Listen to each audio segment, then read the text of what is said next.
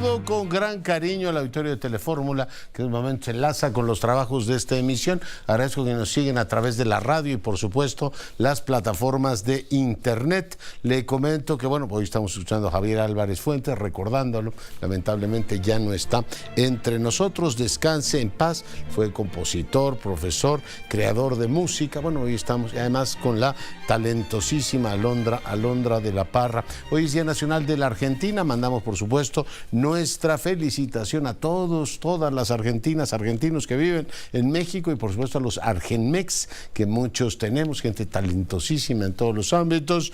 Hoy es Día Nacional de aquel país y vaya pues la felicitación. Le comento que en un momento más le voy a presentar a la doctora Gálvez. Ella es una de las integrantes del grupo de neurobiólogas que han trabajado en este extraordinario, en este caso no es experimento, lo han puesto ya como prueba, este puente que ha permitido conectar el cerebro con la médula espinal y permitir que un hombre camine después de un accidente ciclista. En un momento más un enlace hasta Suiza con este prodigio, la doctora Gálvez. Ella es colombiana. Platicaremos también con Joaquín Alba del Particular. Estamos ante una de estas noticias que cambian el curso de la historia, tal manera que hoy le damos el relieve que merece. Por supuesto, en la crónica nacional, el INAI interpone una queja ante la Suprema Corte de Justicia contra el segundo decretazo del presidente. Le comento que esta tarde se incendió el Comité Municipal Electoral de Monclova, pero dice el consejero presidente de aquella entidad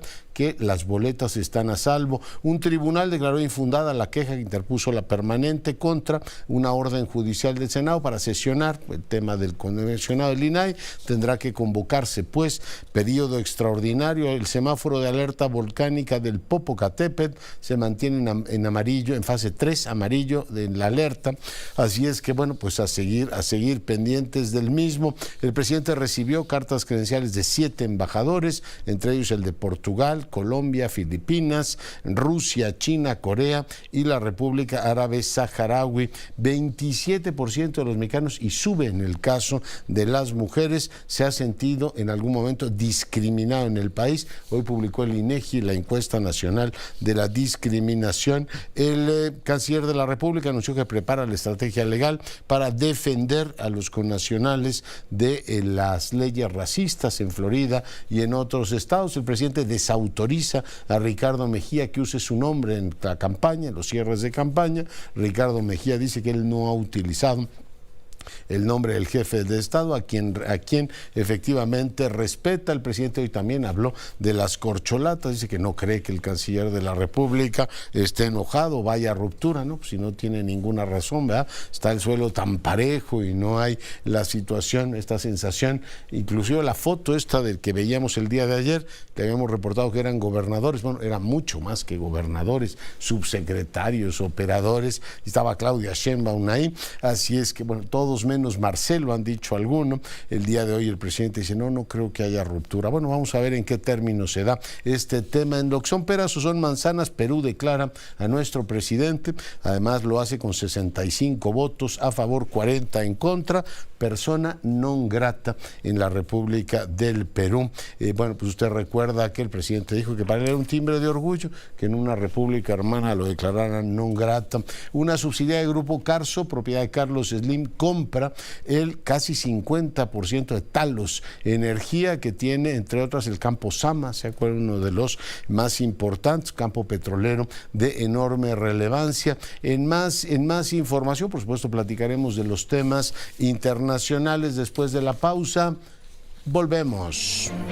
Se publicó la encuesta nacional sobre discriminación. Hay datos muy importantes a las personas, por ejemplo, de mayor edad.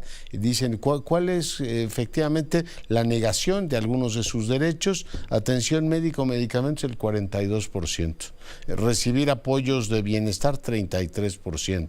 Oportunidad de trabajar o tener un ascenso, 25%. En el caso también de la edad, ¿no? La discriminación por la edad, En algunos casos sienten también que por opiniones políticas hay 24% que se dice en este caso discriminado, que ha sentido la discriminación. La población de diversidad religiosa de 12 años y más, un 48% siente efectivamente que ha habido alguna, en este caso, señalamiento por las creencias religiosas.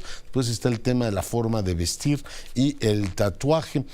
Bueno, pues son muchos temas de población migrante, en fin, grupos de edad, negación de derechos, lo cual pues le da a esta encuesta una enorme riqueza que habrá, por supuesto, no solo que ir desgranando, sino también, bueno, pues recibiendo también retroalimentación de cómo lo ve la gente, cómo lo ven los distintos grupos, población indígena, población afrodescendiente, población de 18 años y más a la que le fue negado alguno de los servicios, recibir apoyos de programas sociales, atención médica o medicamentos, son los dos más mencionados. Cualquier forma, la población de 18 años y más que manifestó haber sido discriminada es lo más frecuente es por la forma de vestir o el arreglo personal. Eso es lo más común. Peso o estatura es el segundo elemento. Sus opiniones políticas, en este caso 24%. Ser hombre o mujer, en el caso de las mujeres sienten más el peso de la discriminación, la manera de hablar, la edad y luego vienen las creencias religiosas. Bueno, la orientación sexual y ser persona indígena o afrodescendiente ocupan un porcentaje mucho menor. Bueno, son los datos de la encuesta sobre discriminación en ADIS 2022. Yo le doy ahora la más cordial bienvenida a la presidenta del Consejo Consultivo del INAI, Nuat Ponce Curi. Presidenta, buenas noches. Hola, ¿qué tal, Leonardo? ¿Cómo están? Muy buenas noches.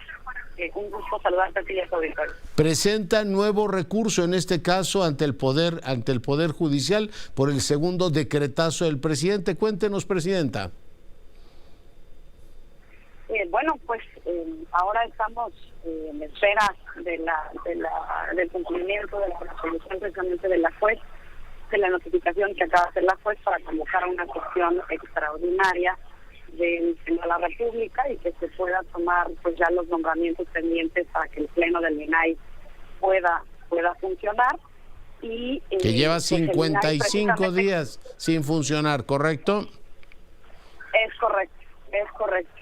Y efectivamente, pues en vistas de la resolución de la Corte, precisamente del primer decreto, pues el INAI ha presentado un recurso también ante este segundo, porque pues al no poder sesionar no puede iniciar una acción nueva. Ya.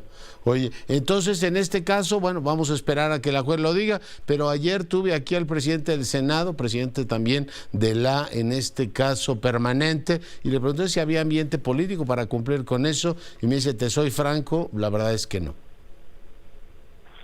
Sí, desafortunadamente, pues escuchamos voces encontradas en el sentido de decir, algunos senadores están empáticos, están con esta voluntad política.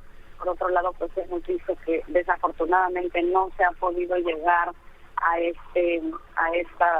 estos nombramientos, pero la verdad es que confiamos como Consejo Consultivo que se va a hacer valer sinceramente la preservación de un instituto tan importante para las y los mexicanos, porque pues es quien tutela los derechos fundamentales de acceso a la información, de transparencia y de protección de datos.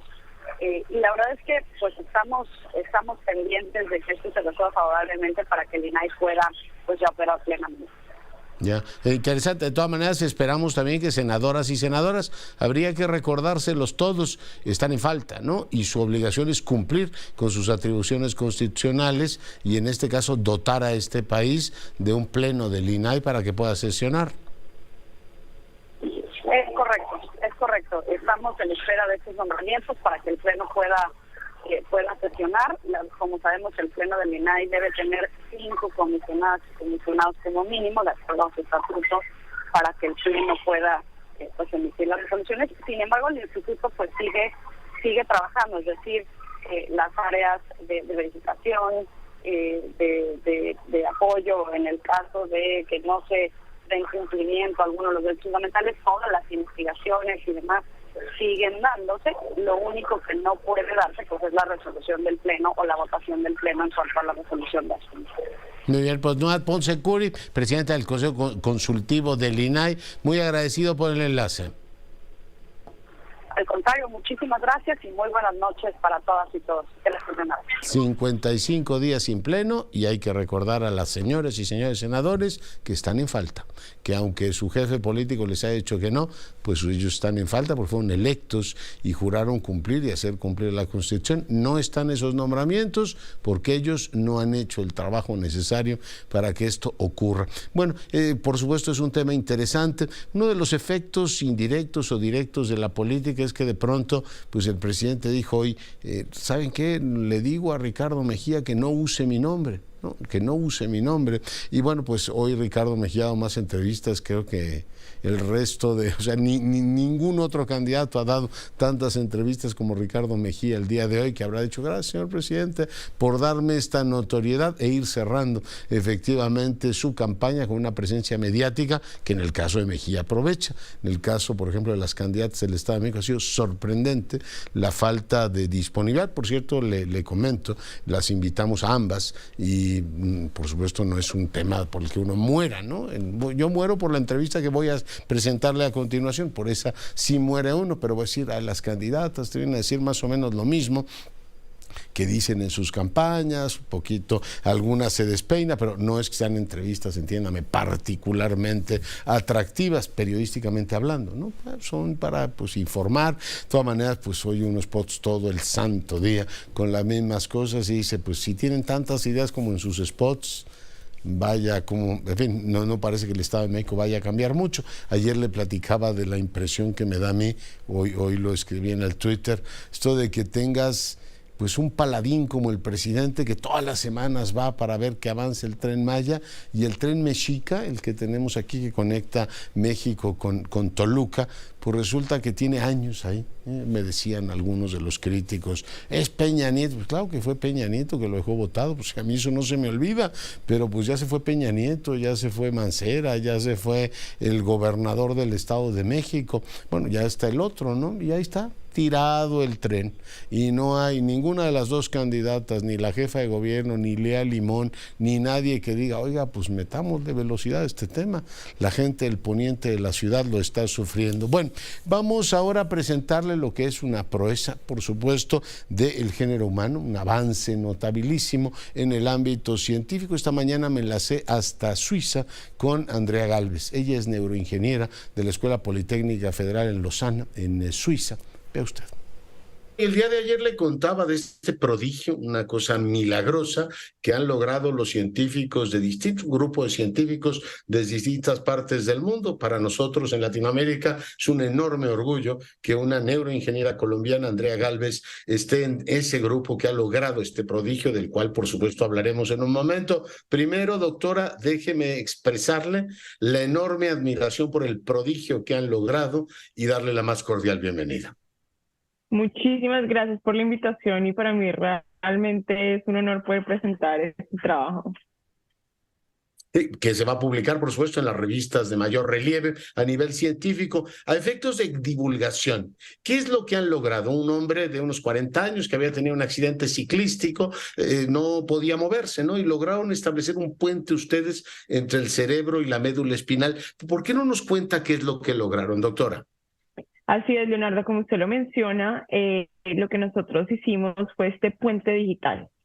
Normalmente cuando pensamos en un movimiento, estas señales del cerebro, digamos, codifican ese movimiento y lo envían a través de la médula espinal y llega a las piernas y así es como nos movemos. Cuando hay una lesión medular, esta comunicación entre el cerebro y las piernas se ve, no tiene más comunicación, hay una ruptura como tal. Entonces esta interrupción hace que se llegue a la parálisis. Este puente digital, entonces desarrollamos una tecnología que la primera parte son los implantes cerebrales.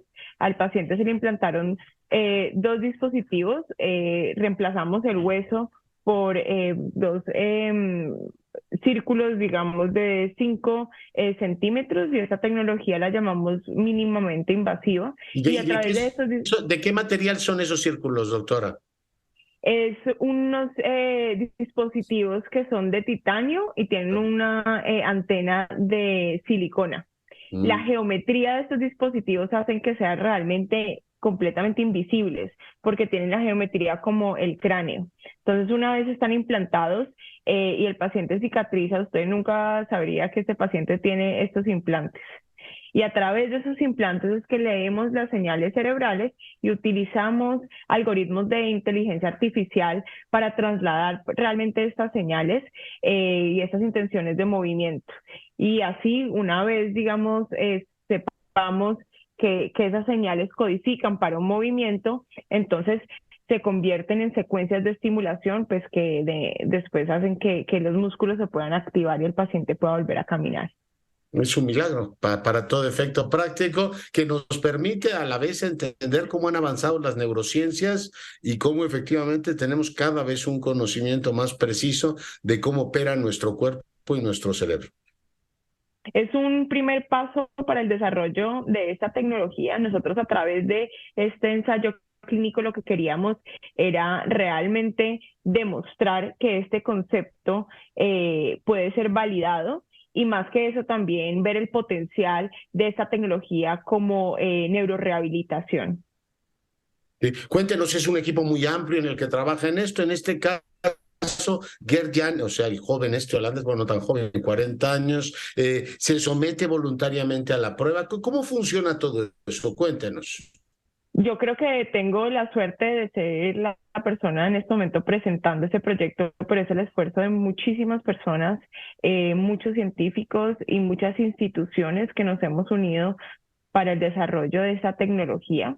Se necesita un gran equipo para haber podido tener los resultados que obtuvimos. Este es un ensayo clínico y es completamente voluntario. Gartian viene trabajando con nosotros alrededor de 6 años. Había sido parte de la primera parte del ensayo clínico con la parte de estimulación medular. Y desde que le contamos el proyecto ya hace algunos años estuvo muy motivado. No solamente necesitamos la tecnología, sino ese paciente que tuviera la confianza en nosotros, nos brindara esa confianza para dar este paso. Oiga, pues es absolutamente prodigioso. Se publicará, como decía, en revistas, en este caso especializadas, pero ahí está la prueba humana. Este hombre ha podido volverse a mover y es absolutamente fascinante, doctora, el que las ciencias, en este caso de la vida y de la materia, den un salto así que yo creo que nos interpela a los que estamos en ciencias sociales y humanas, cómo vamos conociendo más nuestro cerebro y esto pues nos va a permitir, entre otras cosas, entender mejor que lo social y lo biológico están estrechamente unidos y debemos entendernos más. Por tanto, la divulgación de la ciencia se convierte en nuestros países en una absoluta prioridad. Doctora. Claro que sí, así es muy importante y les agradezco el espacio por divulgar nuestro trabajo, porque como lo decía, es un gran esfuerzo y es un primer paso, pero nuestra motivación más grande es poder brindar esta tecnología a muchas personas y tenemos también muchos proyectos para ampliar, digamos, el espectro de las personas que pueden utilizar esta terapia. Nuestro siguiente paso es para pacientes con tetraplegia, con lesión más alta para función de la mano y tenemos otros proyectos y aplicar esto de pronto en el futuro para otras patologías.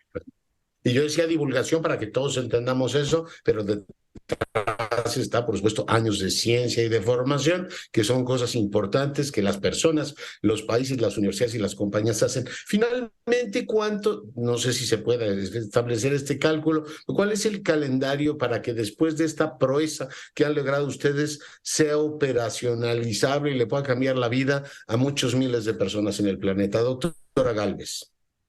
Me gustaría tener una fecha, pero desafortunadamente pues es un proceso muy largo, pero podría decir que como llevamos más de 10 años desarrollando esta tecnología, podríamos estar hablando que estamos en el mitad del camino. Para que esta tecnología realmente pueda ayudar a más personas, tenemos que trabajar de la mano con una empresa, que es lo que hacemos, que es la que nos permite el desarrollo de estos dispositivos.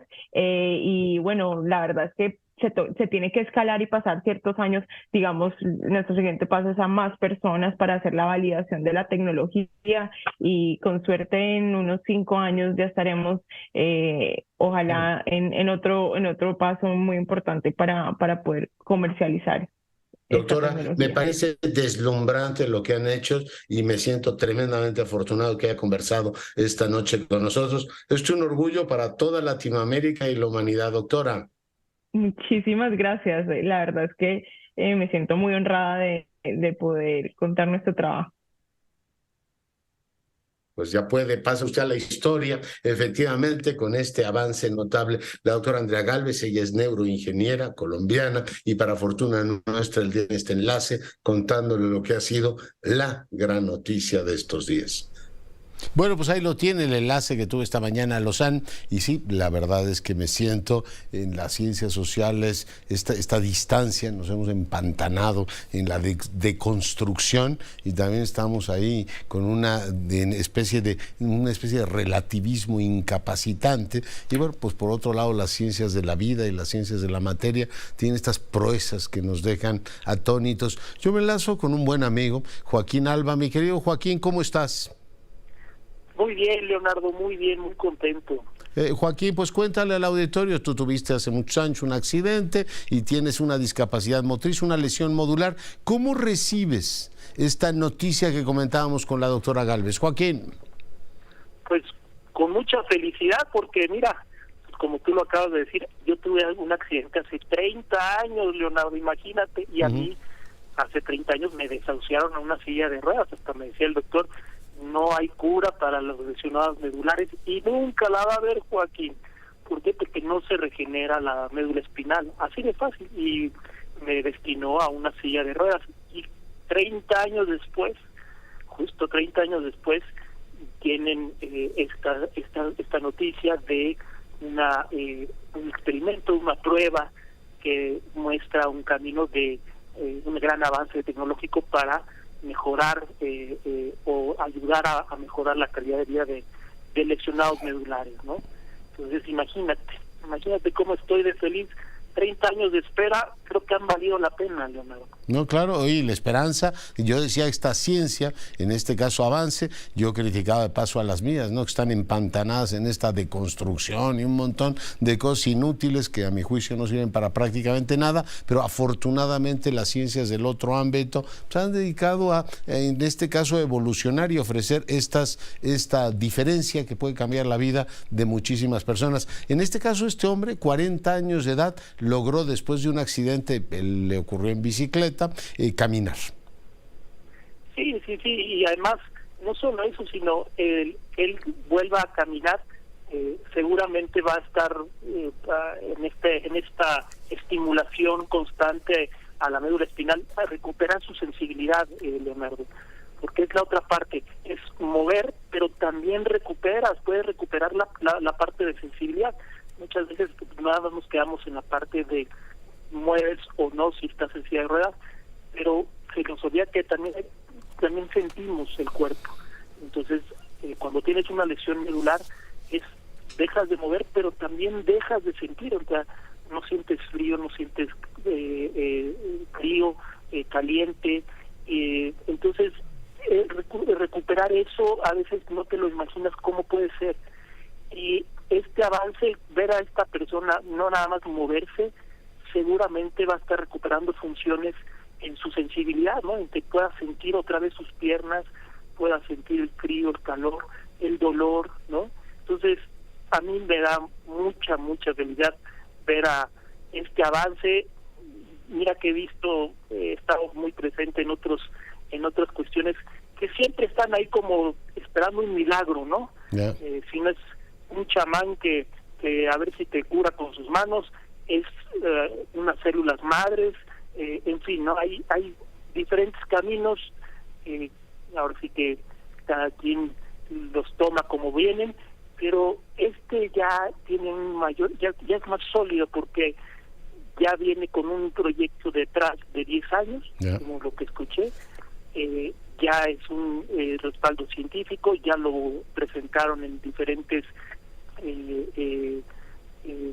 revistas importantes bastante científicas. Lo van a publicar en Nature. Oye, pues es todo un tema y la verdad es que me alegra mucho que me digas que lo recibes con esperanza. Te retengo un minutito más, Joaquín. Hoy salió la encuesta nacional sobre discriminación. Este país ha evolucionado, ¿no? ¿Cuál es tu punto de vista en la consideración a las personas que tienen o presentan alguna problemática como la tuya, Joaquín? ¿Hemos cambiado en algo en este país en estos años? Pues yo creo que muy poco, Leonardo. Yo creo que sí, México sigue siendo un país profundamente discriminador, y más a las personas con discapacidad, fíjate. Y creo que no nada más se presenta por si te ven en silla de ruedas, sino yo creo que en muchos ámbitos, en el ámbito educativo, en el ámbito laboral, sigue habiendo mucha discriminación hacia las personas con discapacidad. Hay una falta de inclusión y sobre todo de una política pública que realmente incluya a las personas con discapacidad, que las incluya en un plan sólido de educación, por ejemplo, ¿no? Como que ese tema ha salido muy asistencialista. Como que ese tema ha salido de la agenda pública, ¿no? Como que a principio de siglo empezó con mucha fuerza y lo he perdido. Joaquín. Sí se ha perdido y se ha regresado un poquito a lo que se tenía en el modelo asistencialista. Se ha olvidado que las personas con discapacidad y muchas personas que son discriminadas es porque no pueden ejercer bien sus derechos, no se les garantiza sus derechos y por otro lado no tienen forma de defenderse de eso. Entonces sí me parece que no ha habido un avance en ello, ¿no? Joaquín, te agradezco mucho que hayas estado esta noche con nosotros, te mando un abrazo. Gracias, Leonardo, abrazo fuerte. Gracias, Joaquín Alba. Y el día de hoy el noticiero lo pude haber hecho desde Suiza, porque me voy a enlazar hasta allá con el embajador Gómez Camacho. Usted lo sabe, es profesor de la Escuela de Estudios Internacionales Avanzados de la Johns Hopkins y hoy está en Suiza. Embajador Gómez Camacho, buenas noches.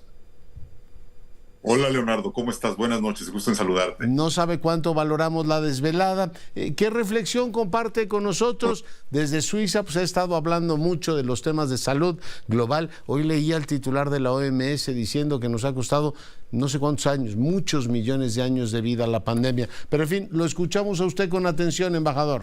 Gracias, Leonardo. Decir algo rápidamente. En relación a tu entrevista anterior, que me parece uno de los líderes creadores de la Convención Internacional para Proteger los Derechos de las Personas con Discapacidad, que habla justamente de todos los temas de discriminación y que creó todo un cuerpo normativo para trabajar al respecto. Y creo que ahí hay que darle mucho por ese lado. Bueno, realmente aprovechando que estoy aquí en Ginebra,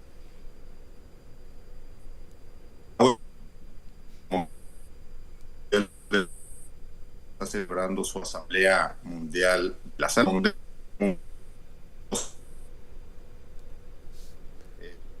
Estoy perdiendo el contacto, a ver si podemos asegurar que el auditorio puede escuchar perfectamente al embajador Gómez Camacho. Yo estoy perdiendo el contacto con él, a ver si producción me ayuda, restablecemos el contacto con él y vamos a ir hasta Ginebra nuevamente para pues conversar con él sobre este tema. Embajador, ¿me escucha? Ya, me quedé en audio. Discúlpame que tengo claramente un mal internet. No, lo escuchamos, empezamos nuevamente. Empezamos. Te decía rápidamente que antes, refiriéndome rápidamente a tu conversación anterior, México fue el creador, en realidad lideró el proceso de negociación de una gran convención sobre derechos de las personas con discapacidad en Naciones Unidas, que creó un cuerpo normativo y de política pública muy importante a ese respecto y que creo que hay que desempolvar por ahí y hacer que en México también sea aplicable. Ahora regreso a mi otro tema. Ginebra, Organización Mundial de la Salud. Esta semana se está reuniendo, Leonardo, la Asamblea Mundial de la Salud, que es en donde todos los países del mundo se sientan para discutir cómo enfrentar los problemas y los retos a la salud global o pública que estamos enfrentando. Dos o tres reflexiones al respecto. La primera es que la salud pública, Leonardo, como lo sabes, tu auditorio lo sabe, cada vez es menos local, en el sentido de que los retos y las enfermedades que las personas están experimentando no son solamente generadas localmente y resueltas localmente, sino empiezan a ser el producto de toda esta enorme interdependencia y globalización que estamos experimentando. Entonces ya no son locales. Segundo, la salud pública no es solamente salud, si me lo permites poner de esta manera. La salud pública es desarrollo, posibilidades de desarrollo, de generación de riqueza, generación de prosperidad, generación de empleo. Y la falta de salud pública o las amenazas a la salud pública son lo contrario. Falta de crecimiento, falta de oportunidades, falta de desarrollo y frecuentemente inclusive falta de estabilidad política. Algunas cifras, Leonardo, que siempre son muy reveladoras y muy impresionantes. En el caso de la salud, empezando por el COVID, que es quien nos hizo darnos cuenta a la gente común y corriente de los retos que implica, pues mira, ha matado más de 15 millones de personas y contando, y una pérdida económica de alrededor de 12, 13 trillones de dólares americanos y contando. Las enfermedades es casi, embajador, la economía de China, ¿no? Me permite que vamos a una brevísima pausa. Aquí me quedo. Regresamos en un instante. Tenemos la conversación con el embajador Gómez Camacho, que además es profesor de la Escuela de Estudios Internacionales Johns Hopkins, una de las universidades más prestigiadas del mundo. Nos decía, embajador, que la salud pública es cada vez menos local, que además necesita efectivamente oportunidades de desarrollo, el costo en vidas que ha dado el COVID, y también nos quedamos en el costo económico que impacto. Embajador.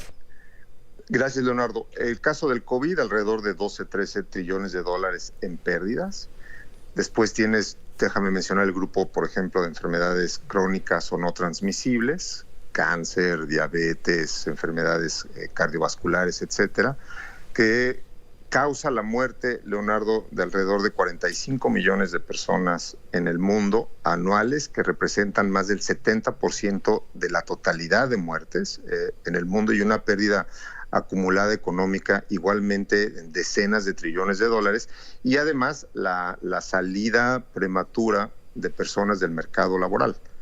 Número 3, otro grupo, la resistencia antimicrobiana, es decir, las infecciones que hace pocos años, 3, 4 años, eran casi de trámite, perdón que es el término, ibas con un doctor, antibiótico y se curaban, ahora se están volviendo mortales, están generando 1.5 millones de muertes anuales y $1 trillón en pérdidas económicas. Es decir, el problema de la salud pública, además de los temas éticos, morales, esenciales que hay detrás de ella, y que se trata de vidas humanas, tiene un impacto enorme en las posibilidades de seguir generando bienestar en el futuro, de seguir generando prosperidad, de reducir la desigualdad dentro de los países y entre países. Por eso, y regreso a Ginebra y a la Organización Mundial de la Salud, es tan importante lo que está pasando, y me parece que es también igualmente esencial que el público, tu público, las audiencias empiecen a interesarse y conocer de estas cosas. En realidad son, como te digo, de una importancia muy importante, muy central. Nos interpelan a todos. Embajador, preguntarle, en medio de la pandemia y por supuesto hubo una discusión política muy amplia, una actitud muy hostil por parte del gobierno de los Estados Unidos a la OMS, algunos otros países, incluido México, criticó a la OMS por la distribución de vacunas o porque no se hizo, digamos, el trabajo apropiado. Pero ya con los, digamos, con más serenidad, con todos los datos, viendo lo que pueden hacer los estados y las organizaciones internacionales, le pregunto, ¿existe ya un balance de lo que pudo haber hecho o no la OMS, y si existe en este caso un mapa ideal de hacia dónde debería moverse en los próximos años, o todavía seguimos en el debate político, embajador? Bueno, desafortunadamente esto es esencialmente político, pero hay muchos avances. Leonardo, existe un instrumento internacional que se llama el Reglamento Sanitario Internacional, que está vigente desde 1995. ¿Qué es eso? Una especie de reglamento que regula, determina cuál es el rol de los países, cómo deben comportarse frente a cualquier amenaza sanitaria, como el caso de la pandemia, cómo puedes restringir la vida o no, cerrar fronteras o no, y cómo se deben distribuir las vacunas. El COVID mostró todas las limitaciones que este instrumento tiene, y actualmente hay un proceso muy intenso de negociación para reconstruir la arquitectura internacional que permita reaccionar de manera más eficiente a esto. El caso de las vacunas es más complejo porque hay una limitación natural a la capacidad de producción mundial de vacunas. Están centralizadas en algunas farmacéuticas solamente, que tienen tanto la tecnología como los recursos. El reto, y esa es la gran discusión hoy, que es efectivamente muy compleja, es cómo se genera mucho mayor producción, por un lado. Segundo, cómo se distribuyen las vacunas de manera más equitativa en todo el mundo, no solamente en función de quien las puede pagar, sino en función de dónde hace sentido que vayan las vacunas con criterios mucho más epidemiológicos. Y tercero, cómo se hace para que países menos avanzados, países más pobres, tengan la capacidad económica para comprarlas. Eso implica que los precios de las vacunas sean modificados para estos países y dos, que haya para que las puedan adquirir. Este es un tema muy complicado porque involucra intereses comerciales muy grandes, intereses de propiedad intelectual muy importantes y mucho dinero. Pero te diría que soy muy, muy optimista en que finalmente se está avanzando. Hay mucha conciencia por un lado y una presión política enorme, particularmente de países menos avanzados, los países africanos, por ejemplo, con demandas sumamente